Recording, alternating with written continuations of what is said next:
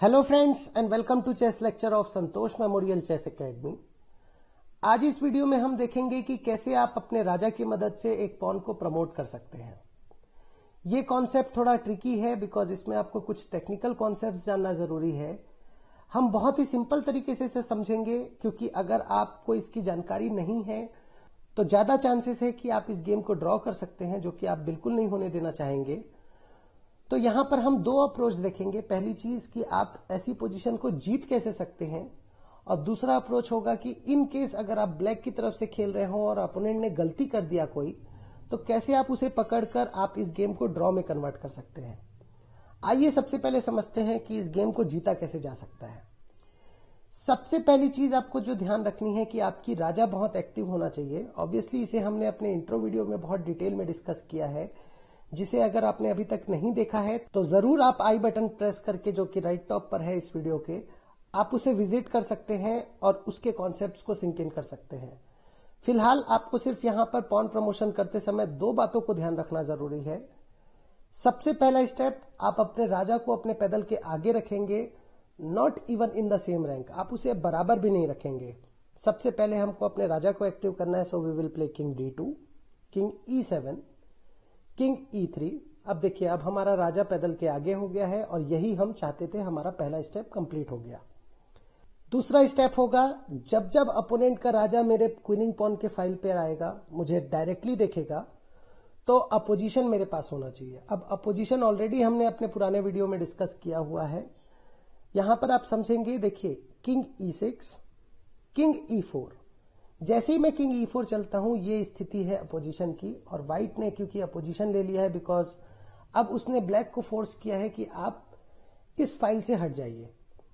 अगर वो E7, D7 या F7 चलता है तो हमारा मार्च चलता रहेगा आगे राजा को, बिकॉज उसने देखिए 6th रैंक ही खो दिया है।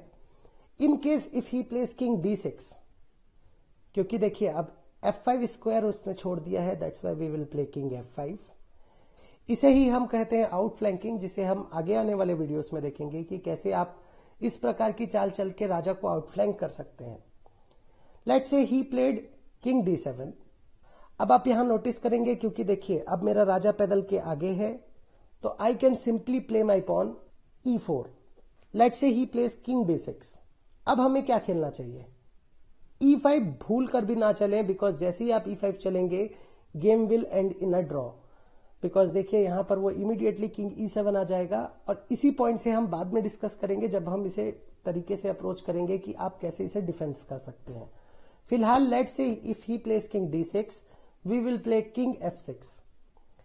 If he place king D7, अब क्योंकि देखिए ऑब्वियसली वो मेरे क्वीनिंग पॉन के फाइल में भी नहीं है और मेरा राजा पैदल के आगे है, इसलिए I will play my pawn E5।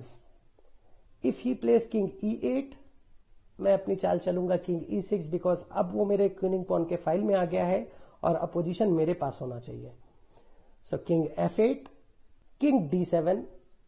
ये जो राजा है ये एक्चुअली बहुत कुछ काम कर रहा है और सिर्फ एक गाइडेंस के तौर पर इस पैदल के लिए रास्ते क्रिएट कर रहा है।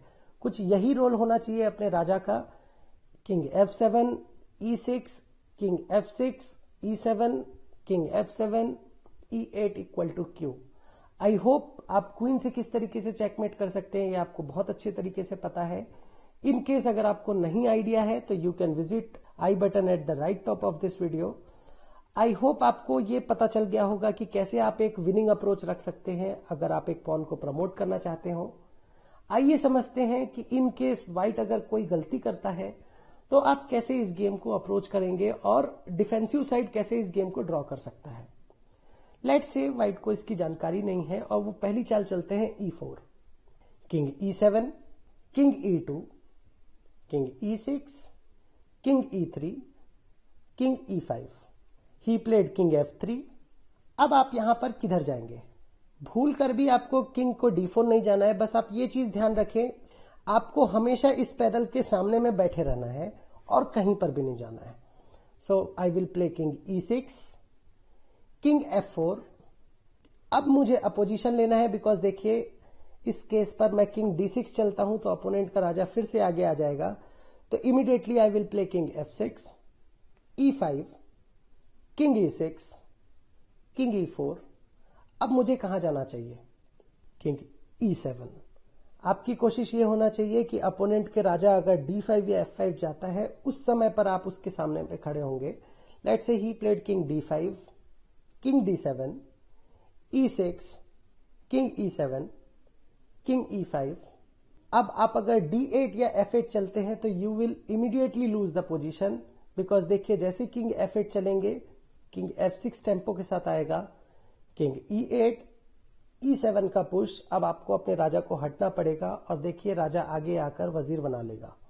सो इन दिस केस अगेन आप अपने कॉन्सेप्ट पर बने रहेंगे and you will play king E8। In case मान के चले अगर वो किंग D5 चलते हैं तो आप भूल कर भी किंग D8 या किंग F8 नहीं जाएंगे, बल्कि सिर्फ उस पॉन के आगे पर चुपचाप बैठे रहेंगे, that is king E7, king E5, king E8, king D6। अब आप किंग D8 चलेंगे बिकॉज देखिए दोनों राजा आमने सामने आ गए।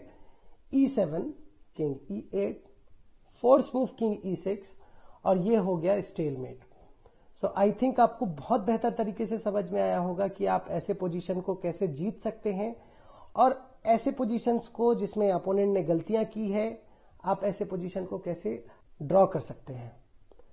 We will come back in our next video with some different concept. Till then, thank you and have a nice day.